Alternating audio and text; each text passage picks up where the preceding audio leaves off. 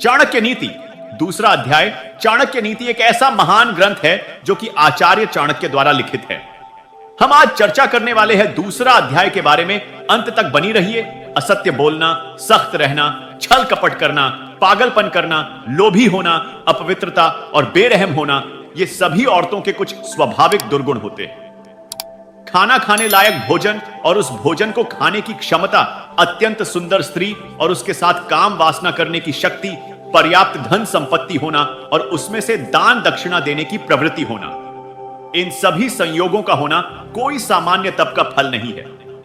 जिस व्यक्ति का पुत्र आज्ञाकारी हो, उसकी पत्नी उसके अनुसार आचरण करने वाली हो और जो धन संपत्ति प्राप्त हो उसी में संतुष्ट हो, ऐसे व्यक्ति के लिए यह धरती ही स्वर्ग के समान होती है।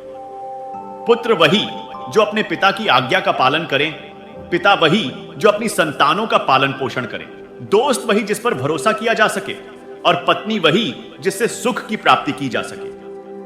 जो लोग आपके मुंह पर मीठी मीठी बातें करते हैं और आपके पीठ के पीछे आपकी बुराई करते हैं, ऐसे लोगों से आपको बचकर रहना चाहिए, क्योंकि ऐसे लोग उस जहर से भरे घड़े के समान हैं जिसकी ऊपर की सतह दूध से भरी हुई होती है। एक बुरे दोस्त पर कभी भी भरोसा नहीं करना चाहिए और न ही एक अच्छे दोस्त पर भरोसा करना चाहिए, क्योंकि अगर इस तरह के लोग आपसे नाराज होते हैं तो वो लोग आपके सभी भेद खोल देते हैं। अपने मन में सोचे हुए काम के बारे में किसी को नहीं बताना चाहिए और जब तक वह काम पूरा ना हो जाए तब तक अपनी योजना की सुरक्षा करनी चाहिए। इसमें कोई दो राय नहीं है कि मूर्खता और जवानी दोनों कष्टदायक होती है, लेकिन इन दोनों से भी ज्यादा कष्टदायक किसी दूसरे के घर जाकर उसका एहसान लेना होता है। यह सच है कि हर पर्वत पर माणिक्य नहीं मिलते और हर हाथी के ऊपर मोती नहीं होते। इसी प्रकार सज्जन व्यक्ति भी हर जगह नहीं होते हैं और हर जंगल में चंदन के पेड़ भी नहीं होते।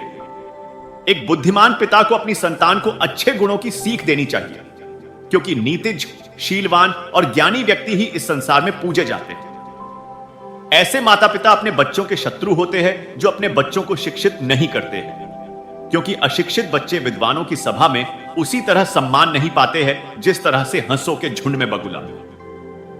ज्यादा लाड़ प्यार करने से बच्चे बिगड़ जाते हैं, जबकि कठोर शिक्षा देने से उनमें अच्छी आदतों का विकास होता है। इसलिए अपने बच्चों को जरूरत पड़ने पर डांटना चाहिए और ज्यादा लाड़ प्यार नहीं करना चाहिए।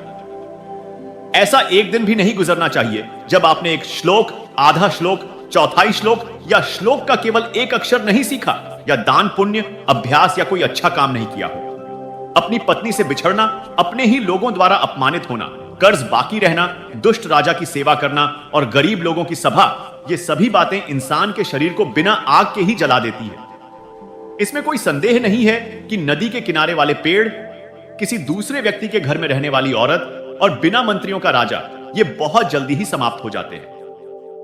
विद्वान लोगों का बल विद्या है, राजाओं का बल उनकी सेना होती है, व्यापारी लोगों का बल उनकी दौलत होती है और एक शूद्र का बल उसकी सेवा परायणता में है।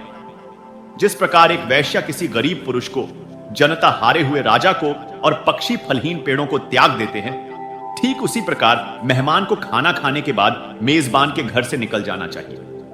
जिस तरह ब्राह्मण लोग दान दक्षिणा प्राप्त होने के बाद यजमानों को छोड़ देते हैं, शिष्य विद्या प्राप्त होने के बाद गुरु को छोड़ देते हैं, ठीक उसी तरह जानवर जले हुए जंगल को छोड़ देते हैं। दुराचारी, दुर्जन, बुरी नजर रखने वाला और बुरे स्थान पर रहने वाले व्यक्ति से अगर कोई अच्छा व्यक्ति मित्रता रखता है तो वह जल्दी ही नष्ट हो जाता है। प्रेम और दोस्ती बराबर के लोगों में ही अच्छी लगती है।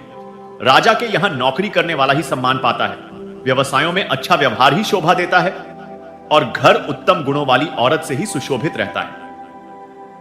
आपको यह चाणक्य नीति का यह अध्याय कैसा लगा, हमें कमेंट करके जरूर बताएं और हमारे चैनल में नया हो तो सब्सक्राइब भी जरूर कीजिए और दोस्तों के साथ सोशल मीडिया पर शेयर जरूर करें।